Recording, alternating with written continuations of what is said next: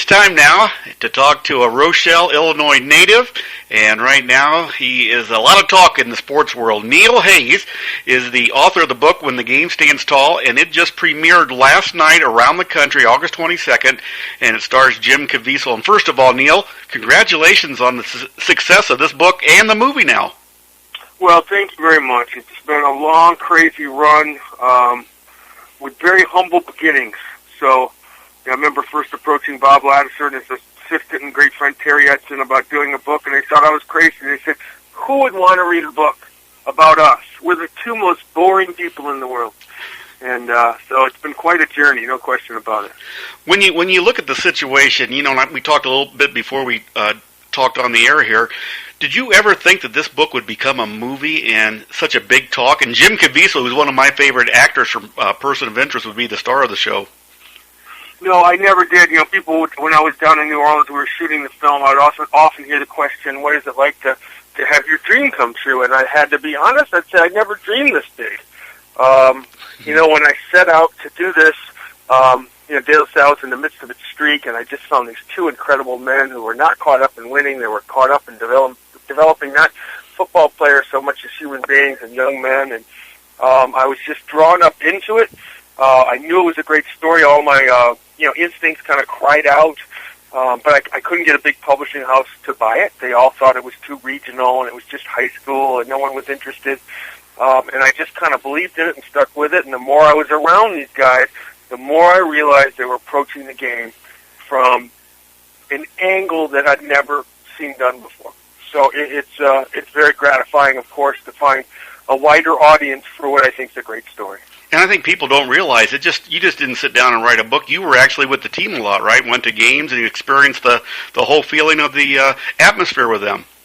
Well, as the win streak was mounting up, and as your listeners may or may not know, they won 151 straight games over 12 straight undefeated seasons. Amazing. And the average score was 44-10. And then towards the end of it, they were taking on all the big powerhouse teams in Southern California, and they were often outweighed 60 pounds per man or more. So it was an incredibly remarkable journey that happened, and it was just something as a journalist and a lover of stories that you realize you've got to do this. There's something here, and I think it's going to resonate beyond the football field.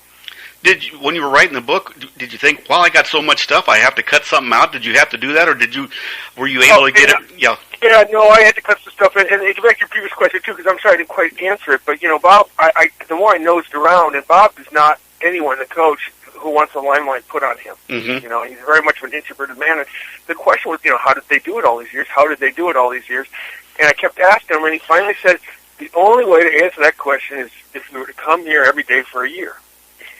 So I took that as an absolute opening, and I showed up every day for a year and kind of won them over. I mean, if you quit being an outsider once you're an insider and you're there every day, you know what I mean? So anyway, that's just kind of how it all evolved. I did spend every day over there, and so, as far as I have to cut stuff out, you bet. And that's always the heart of any writing project, is deciding what to keep and what not to keep. And even for this latest edition of the book, which I just put out, it's just in bookstores now, I'm still working on this manuscript, and trying to make it better and trying to make it tighter and trying to make the story more powerful. So it's been a long, 12-year project for me.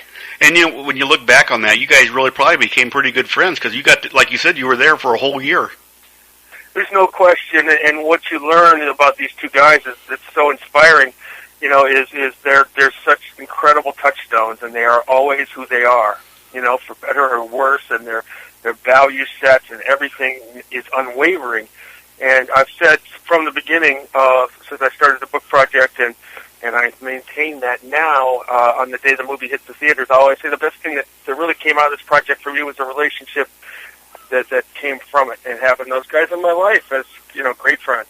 So. Wow. It's just, and the thing I like about it was, when you look at the movie rating, it's PG, so young kids can come out and get inspired by what they did in that movie and what you did.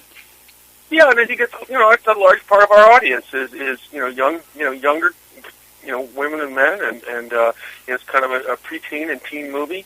that we think is going to really strike an emotional chord, and it teaches some great core values, some classic values that I think sometimes in the big world of NFL and NBA and where's LeBron going to go and all the different things, we lose sight of some of this stuff, and I think that's one of the reasons why audiences have responded pretty well to it, quite well actually. It kind of reinforces some of those age-old classic traits that made sports in America great.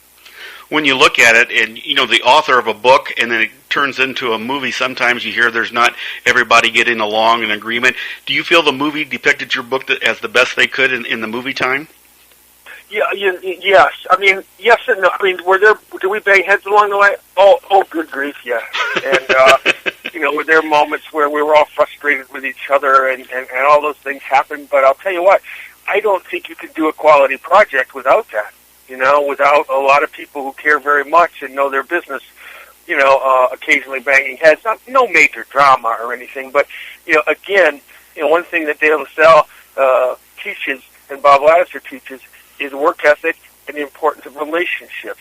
And after working so hard, so many people work so hard on this film, and, just today, I've talked to the producer and the director of both calls, and we're all, talking and telling stories, and what did you hear, and what did I hear, and so anyway, it was a great partnership, and I know sometimes that author, movie maker relationship can be difficult. It was at times difficult for me, but we've all come through it as great friends. Now, when you look at all this, are you surprised at all the attention it's getting and all the calls you're getting and all the reviews? Is that a lot to take in? Because you're just basically, I'm not saying this nasty, but a sports writer who's not used to that stuff. Yeah, no, I mean, but the thing is what's surreal anymore? I mean, once you've seen, characters you've watched on TV and in the movies for, 15 years play people that you've known even longer, surreal. I don't know how to define surreal anymore. And basically this whole journey has been a ride. I feel like I'm on a roller coaster, and it's ups and downs and sideways, and you just kind of get up and take things one day at a time, and and so who knows what tomorrow will bring. And high school football is such a big thing. You're from Rochelle, and you played a little high school football. Did it kind of make you feel good to kind of go back to some of those days when you played and were able to see what was going on with this situation? In a lot of ways, I never left it. I mean, I love the game so much and would have played forever if I could. It would have been good enough. It was I always knew I was going to be part of football, and that's why I became a sports writer. And I was around the game at the high school and the college and the NFL level for years and years, and then Dale LaSalle back at the high school level. And so I've always been someone who's kind of made his living off the game. It's very cool, and a lot of those. The things that interested me and hooked me and made me so loved and passionate about the game was, sparked in Rochelle and with junior tackle football and going to see those great games against Geneseo when I was a kid, and those are the top two teams in the area. So, definitely the roots of, my passion about football started, south of probably where you're broadcasting right now, about 22 miles.